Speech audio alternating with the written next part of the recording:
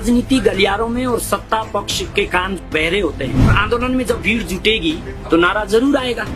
नारा फिर भी आ सकता है और नारे आते रहेंगे जब तक आंदोलन चलेगा। मैं बार बार कहता आ रहा हूँ, इसका कोई विशेष कारण नहीं है। ये जो है राजनीतिक कारण रहते हैं और इस समय हमें कोई राजनीति नहीं करनी है। हमारा मकसद है ओपीएस बहाल करना। और अगर इस नारे की जब आज आप लोगों के समक्ष कहने की बात आ रही है, तो कोई भी जब किसी चीज के लिए लड़ाई लड़ी जाती है, जब कोई संघर्ष सीमा के पार हो जाता है, तो राजनीति गलियारों में और सत्ता पक्ष के कान जो बहरे होते हैं उन तक पहुंचाने के लिए ये नेचुरली ऐसा कुछ हो जाता है। तो ये एक, मैं जिसे कहूंगा, ये एक शाब्दिक विस्फोट था जो इसलिए हुआ ताकि आम जनता तक, ताकि एक पालने में पल रहे बच्चे से लेकर 60 या 70 साल के बुजुर्ग तक ओपीएस की बहाली की मांग चली जाए। मैं इसे इस तौर से मान रहा हूँ। ये जो आज तक का हमारा संघर्ष था, ये उसका विस्फोट था, किसी ना किसी के माध्यम से होना था।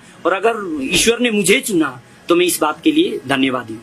ओम प्रकाश जी, जिस तरह से आपने ये नारा दिया था और कहा यह गया था सरकार की तरफ से कि इसमें कुछ अपशब्द थे, आप सिरमौर से ताल्लुक रखते हैं, कुछ सिरमौर के और जो कर्मचारी हैं मुख्यमंत्री के करीबी हैं, उन्होंने भी कहा था कि इसमें इन शब्दों में जो है वो अभद्रता है। क्या कुछ ऐसा है? इसी के साथ जोड़ना चाहूंगा ओम प्रकाश जी, जिस तरह से आपने कहा कि विस्फोट, और उस विस्फोट की चिंगारी में कर्मचारी भी आए और उनके तबादले हुए। देखो, सबसे पहले मैं जो अपशब्द की जो बात हो रही है, मैं ये बात क्लियर कर रहा हूँ। और आपने भी अपने आप ही कहा है कि जो सरकार के करीबी थे या जो ऐसे थे, तो उन्होंने तो राजनीति करनी थी। अदरवाइज इस चीज को किसी भी तरीके से अगर देखा जाए, अगर आप हमारे सिरमौर के लैंग्वेज में, इसमें कईयों ने स्पष्टीकरण दिया, चुने हुए नुमाइंदों ने स्पष्टीकरण दिया, और जो इस समय जो सरकार है, जो भाजपा की सरकार है, उनके जो मंत्री है, उन्होंने भी स्पष्टीकरण दिया।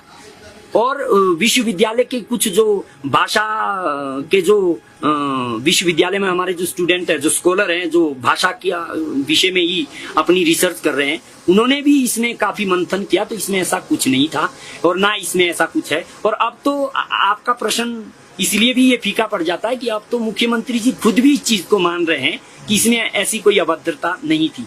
वो जो हुआ वो मात्र एक राजनीति करण के माध्यम से, जिसे एक षड्यंत्र भी कहेंगे, उसके माध्यम से हुआ।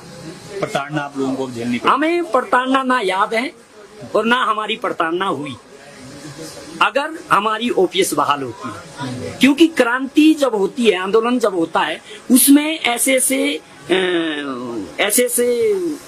जिसे आप प्रताड़ना शब्द कह रहे हैं, ऐसे परिस्थितियों के लिए तैयार रहना पड़ता है और तभी मुकाम मिलता है। यानी अगर ओपीएस बहाल होती है तो आप सब कुछ भुला के? हम अभी भी उसको भुला चुके हैं। 3 मार्च की जो बात है, हम उसको भुला चुके हैं। हमारा मकसद है ओपीएस बहाल करवाना और लोकतांत्रिक तरीके से हम उसको बहाल करवाने की कोशिश कर रहे हैं। उस समय भी लोकतांत्रिक ही तरीका था और अब भी हमारा लोकतांत्रिक ही तरीका रहेगा अपने अधिकार को लेने के लिए। आपको लगता है कि अब चुनाव के लिए चंद दिन ही बचे हैं, लगभग 1 माह बचा है, तो सरकार क्या आपकी मांग मानेगी?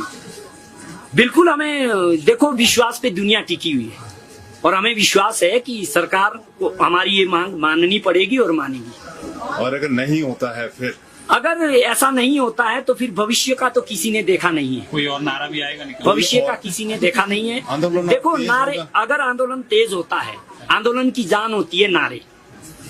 जो नारा आया वो भी कोई ऐसा नहीं है कि ऊपर से लिख के आया। आंदोलन जब होगा और आंदोलन में जब भीड़ जुटेगी तो नारा जरूर आएगा। माने कि कहने का मतलब है कि नारे के विषय में मैं कुछ कवि की पंक्ति आपके सामने रखना चाहूंगा। नारा जय घोष, उद्घोष या विजय घोष ही नहीं होता है। नारा जय घोष, उद्घोष या विजय घोष ही नहीं होता है। ये जो भूखे रह रहे